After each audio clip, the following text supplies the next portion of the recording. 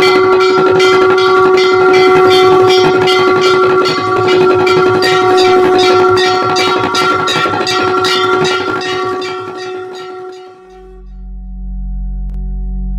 श्री काल भैरव। आप सभी को प्रणाम। आज इस वीडियो में, जैसे मैंने पहले बोला था कि मैं अपने सभी जितने भी गुरु हुए हैं शरीर में और जो अशरीरी रूप में जिन्होंने मुझे ज्ञान दिया है, जिन्होंने मुझे आध्यात्म में आगे बढ़ने के लिए प्रेरित किया है, साधनाएं दी हैं, वो शरीर रूप में भी रहे हैं और अशरीरी रूप में भी जिन्होंने मुझे साधनाएं दी और मुक्ति मार्ग का रास्ता दिखाया कि ये मार्ग है वास्तविक। साधनाएं सीढ़ियां हैं। तो भिन्न भिन्न प्रकार की साधनाओं को कराते हुए मैं कई प्रकार के पंथ और संप्रदायों में दीक्षित होता हुआ साधनाओं को करता हुआ आगे बढ़ता रहा, जिसमें मुख्य रूप से ध्यान की सभी साधनाओं को मैंने आत्मसात किया। ध्यान के साथ साथ मैंने तंत्र के अलग अलग संप्रदाय, जिसमें से जो मुस्लिम तंत्र है, जो सुलेमानी तंत्र है, उसका भी एक बहुत बड़ा योगदान मेरे जीवन में रहा। अघोर संप्रदाय, अघोर में भी मेरे 3 गुरु रहे। कौल में मैं दीक्षित हुआ। साउथ के हमारे जो गुरु थे गुरुदेव स्वामी कालीशानंदनाथ जी। नॉर्थ में हमारे फैजाबाद के स्वामी निर्वेदानंद गुरुदेव महाराज, जो मेरे अंतिम गुरु थे, जिन्होंने मुझे वास्तविक रूप में पहचाना। मैं जिस बोध को उपलब्ध हुआ हूं, उस बोध को उपलब्ध होने के बाद मैं गुरु पदासीन हूं और सभी साधकों को आगे बढ़ाने हेतु मार्गदर्शन करने के लिए गुरु पदासीन हूं। उनके बारे में भी मैं एक अलग वीडियो बनाऊंगा कॉल से संबंधित। अभी इस वीडियो में जो मेरे बुरहानपुर मध्य प्रदेश के मुस्लिम तंत्र के मेरे मुख्य गुरु हैं, जिनके माध्यम से मैंने बहुत प्रकार की साधनाओं को करा, उनके सानिध्य में मैं 1 साल रहा। उनकी मजार पे, एकदम हाईवे पे, उनकी रोड पे उनकी कुटिया थी, उनका स्थान था। पीछे उनकी मजार थी, पीछे हैंडपंप था। बहुत ही सहज, बहुत ही सरल, खूब हंसी मजाक करने वाले और साधना के समय बिल्कुल स्ट्रिक्ट।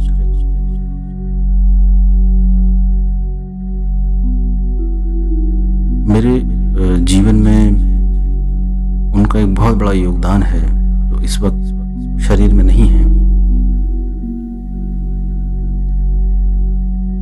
किंतु आज भी मैं उनसे संपर्क में हूं।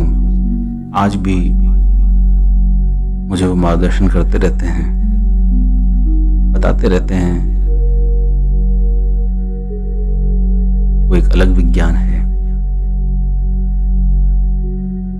मैं जब कई वर्ष पहले जब साधनाओं को लेके, साधनाओं की जिज्ञासाओं को लेके जंगल जंगल, मंदिर, आश्रम, मठ जब भटकता रहता था गुरुओं के पास, मेरे एक मित्र के माध्यम से मुझे उनकी जानकारी मिली और मैं कभी भी रुकता नहीं था। अगर मुझे कोई बताता था कि ये गुरु आपकी सहायता कर सकते हैं आपके मार्ग में,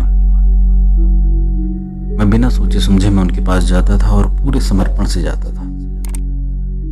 जानता बहुत कुछ था, लेकिन गुरु के समीप मैं शून्य होकर ही बैठता था।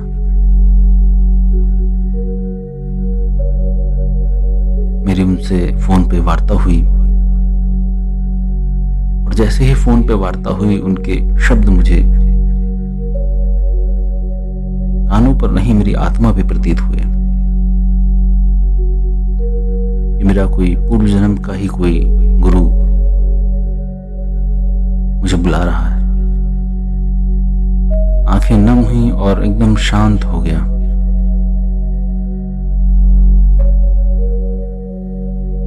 उन्होंने मुझे समय दिया। मैंने अपने मित्र को बोला चलने के लिए, उसने भी अपना समय लिया। वो पहले पहुंच चुका था और मैं बस से हाईवे पे काफी दूर बस ने उतारा। वहां से पैदल पैदल मैं आ रहा था। गर्मी का समय था, खुली रोड थी, गर्मी बहुत ज्यादा थी। पैदल पैदल चलते चलते मैं दूर देख रहा था कि वो एक मजार का स्थान है और कुछ लोग वहां खड़े हैं, कुछ गाड़ियां खड़ी हैं। वहां पहुंचने से पहले ही मुझे ऊर्जा का बहुत तीव्र वेग आभासित होने लगा। वहां काफी सारे लोग थे, भीड़ थी। वो बाबा सैयद बाबा थे। सैयद बाबा खटिया पे विराजमान, चारों तरफ उनके भक्त बैठे हुए थे। बहुत भीड़ थी, लगभग 50-60 के आसपास लोग बैठे होंगे जमीन पे। काफी सारी गाड़ियां थी, कुछ अधिकारियों की गाड़ियां थी, कुछ आसपास के लोगों की थी, कुछ बाहर की गाड़ियां थी। मैं चुपचाप दूर वहीं बैठ गया, उनको देखने लगा। मैंने वहीं से उनको प्रणाम करा। वो बाबा इतने सिद्ध होते हुए भी इतने सरल, इतने मुस्कुराते हुए और बीच बीच में कुछ वचन ऐसे बोलते हुए जिससे कोई भी साधक जो जानकार होगा या जो समझता होगा वो समझ जाएगा कि ये वाणी किसी दूसरे लोक से आ रही है।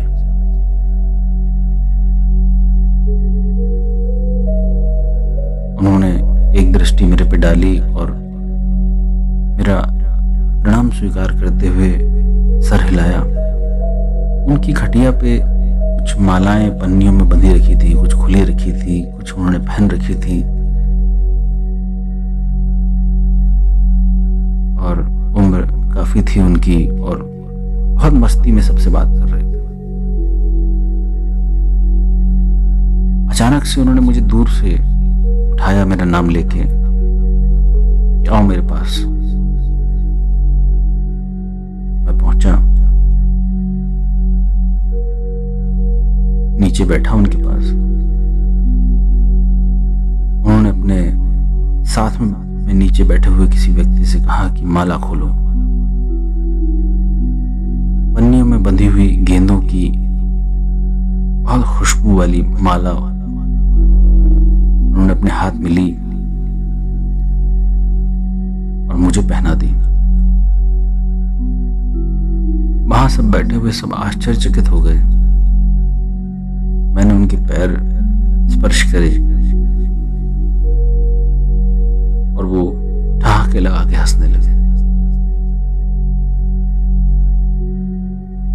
मैं समझ गया कि जो यहाँ पे बैठे हुए लोग नहीं समझ पा रहे हैं, जो यहाँ पे बैठे हुए लोग नहीं देख पा रहे हैं, वो सैयद बाबा ने देख लिया। क्या देखा? मेरी साधना का बल, साधना का तेज। और क्या देखा? मेरे पीछे मेरे इष्ट भगवान महाकाल भैरवनाथ का आशीर्वाद। ऐसे ही कोई सिद्ध किसी को माला नहीं पहना देगा, और वो भी प्रथम बार। परिचय भी नहीं, जानते भी नहीं, इतने सारे लोगों के बीच में।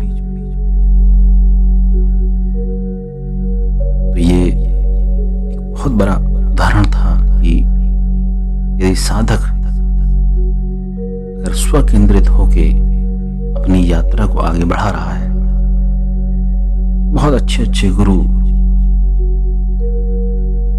उसको साधना देने को तत्पर स्वयं रहते हैं। उसमें साधक का गुण होना आवश्यक है। उनसे माला की भेंट स्वीकार करते मैं वहीं बैठा रहा, उनके वचनों को सुनता रहा, आत्मसात करता रहा। बहुत दिव्य वचन उनके वचन क्या वो बहुत सिद्ध थे। और ऐसा उन्होंने बताया कि उनकी जो लाइनेज है वो आती है देवा शरीफ से।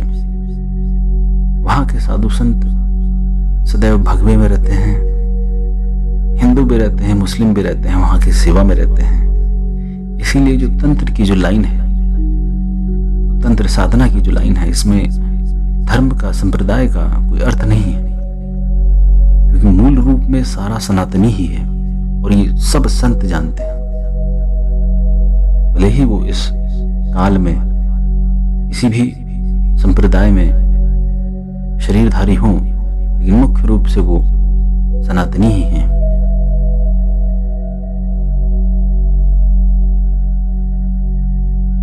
देवा शरीफ मैं कई बार गया हूं।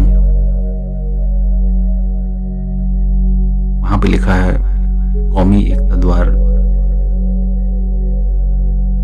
सभी जितने भी हिंदू मुस्लिम सब वहां पे सेवा में रहते हैं और बहुत सिद्ध जगह है।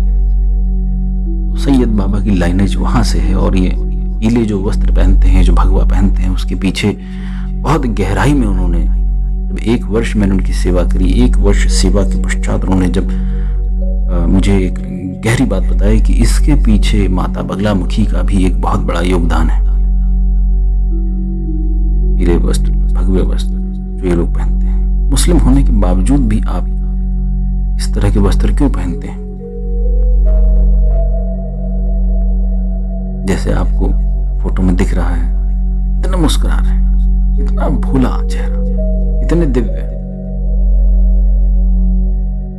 वो एक खटिया, उनकी चाबियों का गुच्छा बस उनके पास ही रहता था। अधिकतर वो खाट पे ही सोते थे बाहर। हम भी उनकी खाट के नीचे ही सोते रहते थे, चादर बिछा के। उन्होंने सेवा करने के लिए बोला कि यहीं सेवा में लग जाओ। मैं 1 वर्ष वहां उनकी सेवा में था। उनकी सेवा करना, वहां जो स्थान है वहां की सेवा करना, 2-3 महीने उन्होंने सेवा के लिए पूरी तरीके से मुझे झोंक दिया और मैंने भी अपने आप को समर्पित कर दिया था। जब समर्पित कर दिया तो फिर क्या सोचना है। बीच बीच में वो परीक्षाएं भी लेते थे, कभी हंसी मजाक करके, कभी गुस्से से डांटते भी थे। रात को ठीक 1:30-2 बजे हमारी साधना का समय शुरू होता था। उससे पहले वो खाना पीना उनका आता था, उसी में ही हम लोग भी खाते थे, हमारे लिए भी आता था।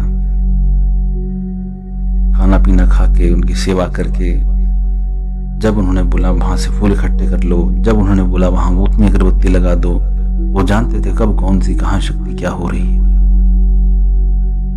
हम ये सब सारी चीजें समझ रहे थे, सीख रहे थे, छोटी छोटी चीजें जो गुरु लोग नहीं समझाते हैं या पात्र नहीं होता है साधक तो नहीं बताते हैं। ऐसी बहुत सारी चीजें उनके सानिध्य में हमने सीखी और उन्होंने भी कभी कुछ छुपाया नहीं, बहुत ओपनली सारी चीजों को बताया।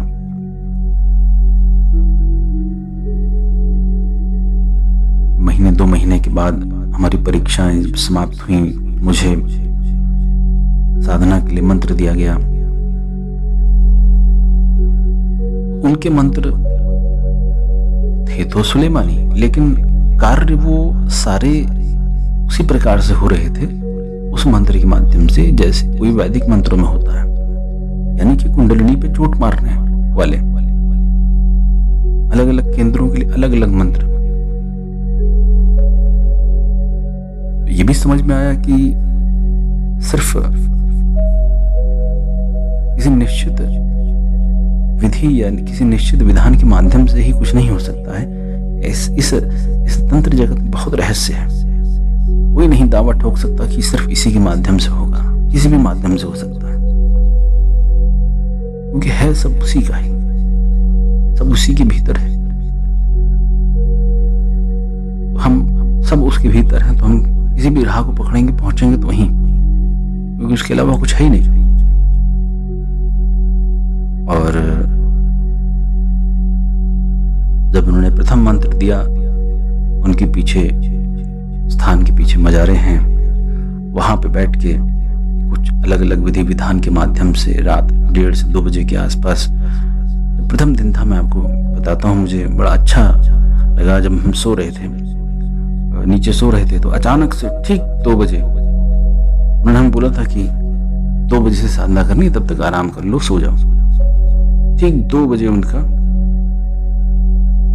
आवाज आई। मैं तो सो रहा था। 2 बजे ठीक उनकी आवाज आई कि उठो, 5 अगरबत्ती वहां से उठाओ, मेरी खटिया पे लगाओ। 5 अगरबत्ती जला के हमने उनकी खटिया में जो पाए होते हैं, उसमें जो स्थान होता है, छोटा सा सुराख, उसमें घुसेड़ दिए। उन्होंने सूंघा, ठीक है, अब जाओ साधना करो। 2 बजे से लेके हम 4-4:30 बजे तक जाप करते थे। और उसके बाद कभी वो 12 बजे उठाते, कभी 1 बजे उठाते, कभी 2 बजे उठाते, वही उठाते थे। वो कहते थे मैं ही उठाऊंगा, क्योंकि कोई निश्चित एक पैटर्न पे वो रोकते नहीं थे, इसी समय करना है। कभी भी कुछ भी बोल देते थे, अब ये करो, अब वो करो। लोग आते थे उनके पास, दिन भर हम लोग बैठते थे, उनकी बातें सुनते थे। कभी वो विश्राम कर रहे हैं, कभी पीछे उनके हैंडपंप था, वहां पे नहाने के लिए बहुत सारे लोग मिलने आते थे, दिन भर मिलते रहते थे, और कोई इच्छा नहीं, कोई चाह नहीं। भंडारे चलते थे, भंडारों के लिए वो लोगों से दान इत्यादि या कुछ भी उपाय अगर वो करते थे, उसके लिए वो उनसे डिमांड करते थे।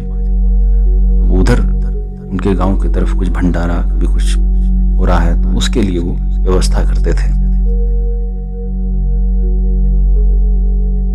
और उसमें बहुत सारी उन्होंने साधनाएं कराई, अलग अलग चीजों से संबंधित, ऐसी ऐसी साधनाएं जो कहीं नेट पे, कहीं फेसबुक पे है ही नहीं। कोई खबीस करा रहा है, कोई जिन्न करा रहा है, कोई जिन्नात करा रहा है, बहुत सामान्य चीजें हैं, ये तो कुछ है ही नहीं।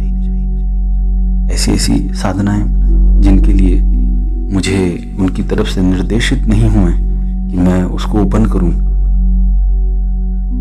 जब उनका निर्देश होगा, वो मैं अपने साधकों को अवश्य कराऊंगा। उसमें से धन से संबंधित बहुत अच्छी अच्छी साधनाएं थी, उसमें ऐसी ऐसी साधनाएं थी जो आपको मुक्ति की ओर अग्रसर करती हैं, उसमें ऐसी साधनाएं थी जो आपकी आज्ञा चक्र को, सहस्त्रार को स्पंदित कर देती हैं, उस लोक के विज्ञान को खोल के रख देती हैं। वहां पे बहुत सारे देवी देवताओं के मुझे दर्शन हुए, बहुत सारे पीर फकीर सिद्ध संत अलग अलग वहां पे आते थे, और सबके साथ वार्ता भी होती थी।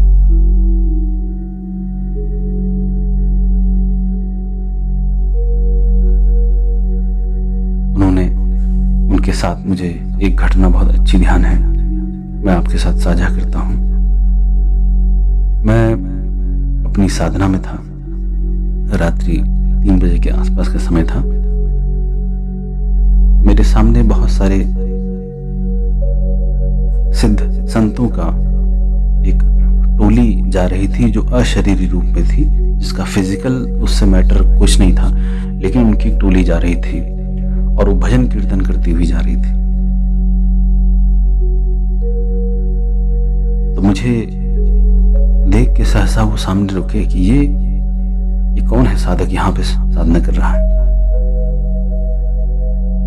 तो उनमें 4 गुरु जो मुख्य रूप से थे वो मेरे सामने आके पूछने लगे कि तुम यहाँ किसकी साधना कर रहे हो।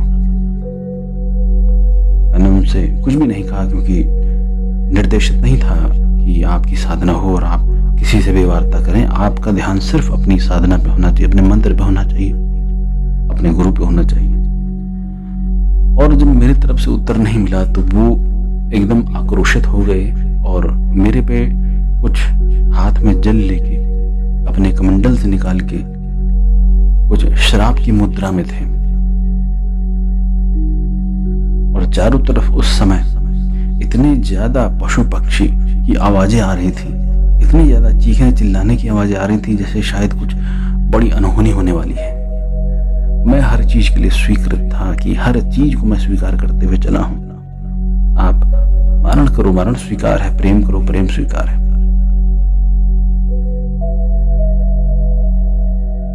जो घटना मैं आपको बता रहा हूं, चिड़ियों की इतनी सारी आवाज और भिन्न भिन्न प्रकार की चिड़ियां, इतना शोर हो गया, इतना हल्ला हो गया। और ये चिड़ियों की आवाज वास्तविक थी, ये काल्पनिक नहीं थी। सामने तो जो थे वो अशरीर रूप में थे, लेकिन चिड़ियों की आवाजें साफ आ रही थी, इतना हल्ला हो रहा था। और अचानक से मैंने ये देखा कि जो हमारे सैयद बाबा जो गुरुजी थे, उन्होंने वहीं से ही उनकी आवाज मेरे कानों में पड़ी। उन्होंने वहीं से ही कोई एक मंत्र का उच्चारण शुरू कर दिया और मंत्र सुलेमानी ही था।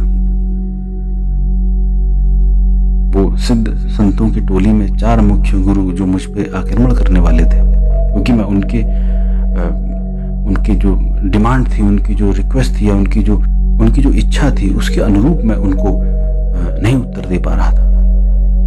तो वो क्रोधित होकर मेरे पे आक्रमण करने की मुद्रा में थे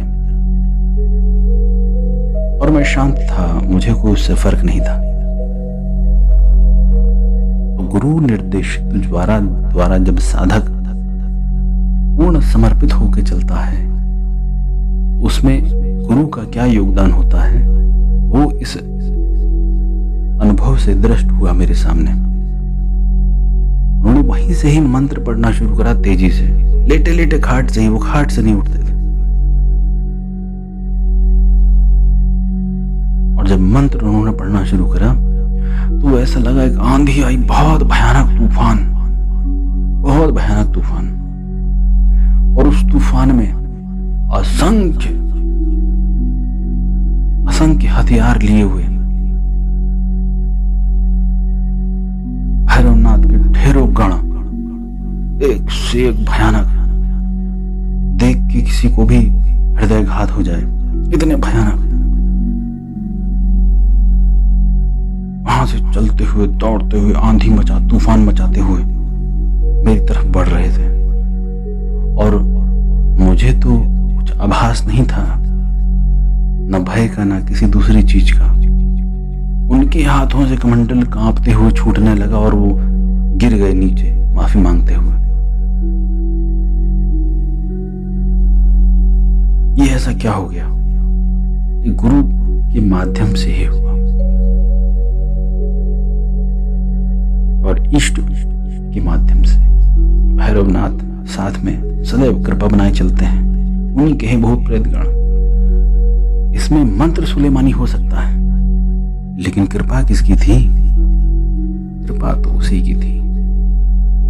गुरु एक माध्यम बना, उसने अपने एक मंत्र को उच्चारण करना शुरू करा, उसके माध्यम से जो भी इष्ट था उसके असंख्य भूत प्रेत गण खूब हल्ला मचाते हुए, कर्कश ध्वनि, और वो चारों झुक गए, उनके कमंडल गिर गए, उनके हाथ से जल छूट गया और उनकी जो सारी टोली थी वो कमर झुका के नीचे जमीन पे बैठ गई और त्राहिमाम त्राहिमाम त्राहिमाम। लेकिन वो भी तो उसकी गण है, वो भी तो उसके भूत प्रेत हैं। कहाँ मानने वाले। उन्होंने इतना विध्वंस मचा दिया, इतना विध्वंस मचा दिया कि वो दृश्य अकल्पनीय है। जैसे असंख्य परमाणु बम फूट रहे हैं, इतना शोर, इतना हल्ला, और चिड़ियों की ध्वनियां सब शांत। और उसके बाद ऐसा लगा जैसे कुछ हुआ ही नहीं, इतनी शांति। और जब मैं अपना जाप पूर्ण करके आया, 4:30 करीब बज रहा था, 4:30 के आसपास जब मैं वहां पे पहुंचा उनकी खटिया के पास, उनके पैर स्पर्श करे, उनसे आशीर्वाद लिया, तो उन्होंने बोला कि जैसे जा रहे हो वैसे ही जाना, ऐसे ही चलते रहना, मैं सदैव तुम्हारे साथ हूं। उन्होंने लेटे लेटे ही ये सब बोला और कहा कि 2 मिनट सिर्फ मेरे पैर दबाओ, मेरे लिए बीड़ी जलाओ और आराम करो। बीड़ी जला के साइड में रखवा दी उन्होंने और वो सोते रहे। बीच बीच में कुछ ना कुछ वो बोलते रहते थे, सोते थे तो बीच बीच में कुछ ना कुछ वो बोलते थे। ये प्रतिदिन का था और बहुत सुंदर समय उनके साथ व्यतीत हुआ। ये दुर्भाग्य है कि इस समय वो शरीर में नहीं है, किंतु उन्होंने अपने जीवन काल में बहुत संतों की सेवा करी। बहुत, चाहे हिंदू हो चाहे मुस्लिम हो, कोई भी हो जो संत था उनकी बहुत सेवा करी और साधकों का भी उन्होंने काफी भला करा। अक्सर वो भंडारे के लिए काफी दान पुण्य इत्यादि किया करते थे। बहुत सहज, बहुत सरल, बहुत जमीनी, इतनी सिद्धियों के स्वामी, लेकिन सामने कोई कुछ नहीं कह सकता। असली संत का, असली साधु का यही परिचय है कि आप उसके समक्ष बैठे हों, आपको पता ही नहीं चलेगा कि वो क्या जानता है।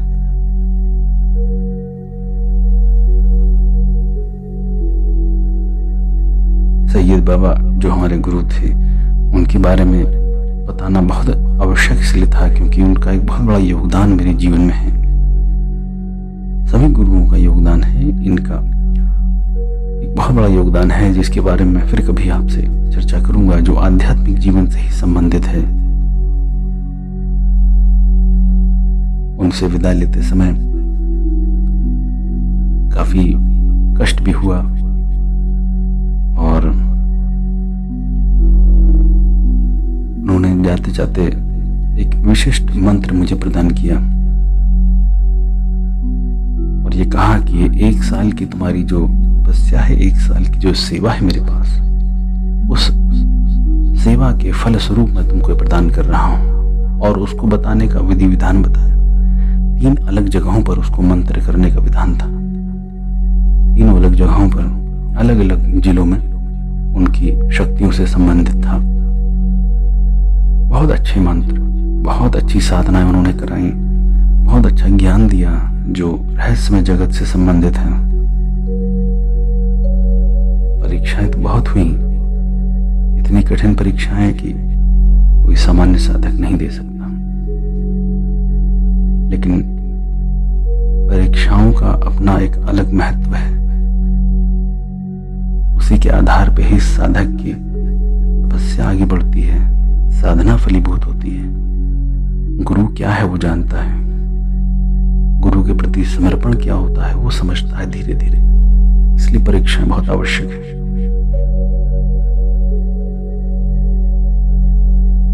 आप सभी के साथ ये साझा करा, मुझे बहुत अच्छा प्रतीत हो रहा है इस समय और उनका आशीर्वाद इस समय मुझे मिल रहा है। ये सबसे उत्तम बात है।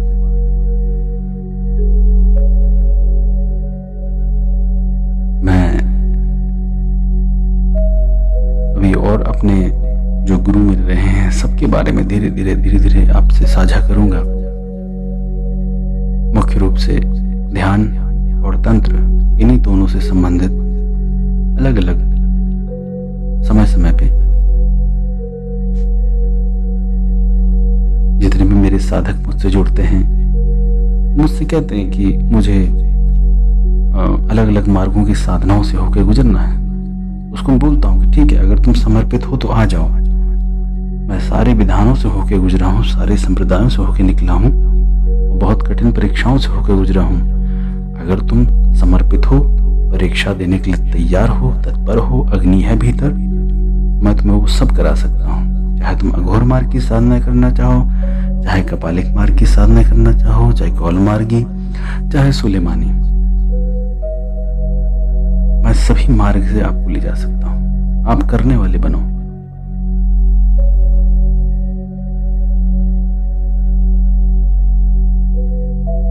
आपने इस वीडियो को सुना, अपने धैर्य से मैं बहुत हृदय से आपका धन्यवाद करता हूँ।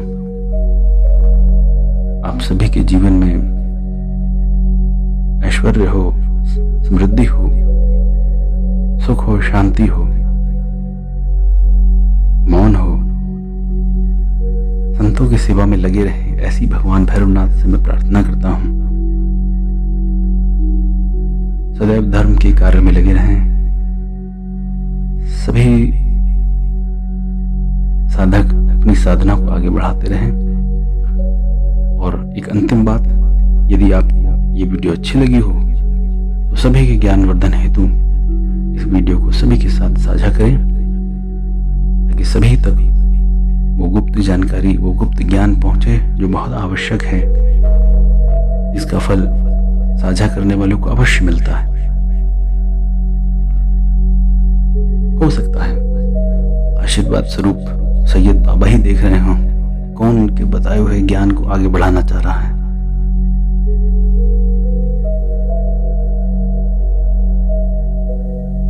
इस जगत में सब बहुत रहस्यमय है। कब किसकी कृपा कहां से प्राप्त हो जाए कोई नहीं कह सकता। इसके शब्द किसको क्या लग जाए कोई नहीं बता सकता।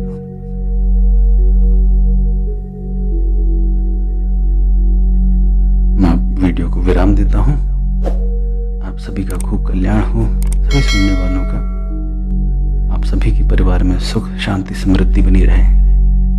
जय श्री काल भैरव।